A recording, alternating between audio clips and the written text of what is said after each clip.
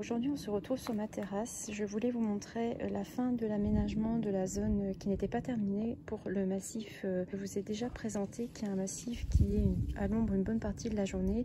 Vous voyez, là, on est 15 h le 29 mars, donc c'est le jour du changement d'heure, et la partie qui reste la plus ensoleillée, c'est celle-là, mais tout le reste est à l'ombre. Donc voilà, vous allez voir dans cette partie-ci de la vidéo une nouvelle commande que j'avais passée chez Promesse de Fleurs pour pouvoir compléter la dernière partie du massif et l'installation des plantes un peu plus détaillée. Le complément de ma commande de chez Promesse de Fleurs, c'est quelque chose qui va venir garnir la partie-ci du massif qui n'est pas encore complètement occupée. Donc j'ai pris pour cette partie-ci l'hydrangea, qui est la variété Hot Chocolate, qui fait des feuilles qui sont marron lorsqu'elles poussent. Donc je voulais avoir un feuillage encore contrastant avec ce que j'avais dans les autres parties du massif.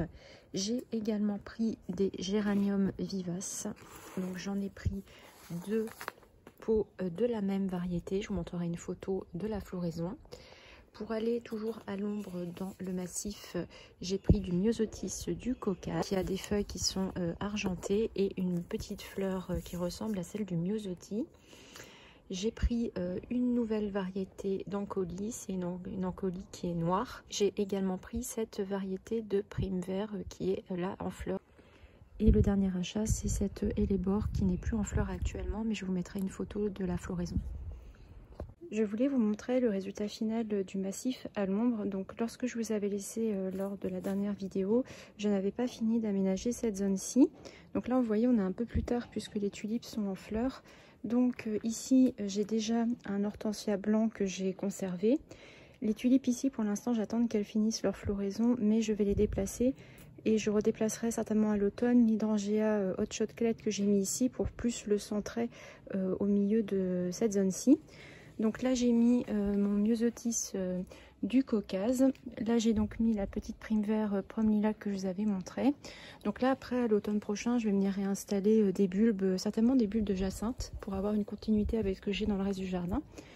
Donc là, j'ai laissé un pied de verveine de Buenos Aires qui est en train de repréparer une floraison. Donc je me suis dit que pour le moment, je n'allais pas y toucher.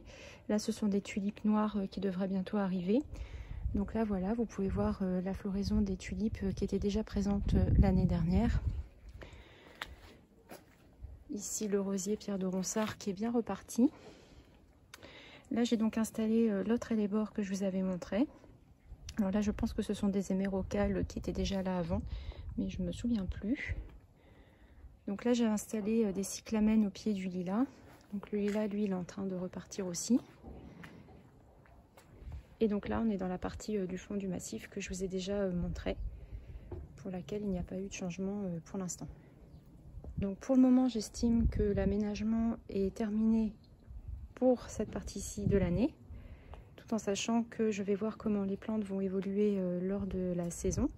Et je viendrai très certainement rajouter ici et là des bulbes pour des floraisons printanières. Je ne manquerai pas de vous tenir au courant du résultat tout au long de l'année qui va arriver. Et je vous dis à très bientôt dans une prochaine vidéo.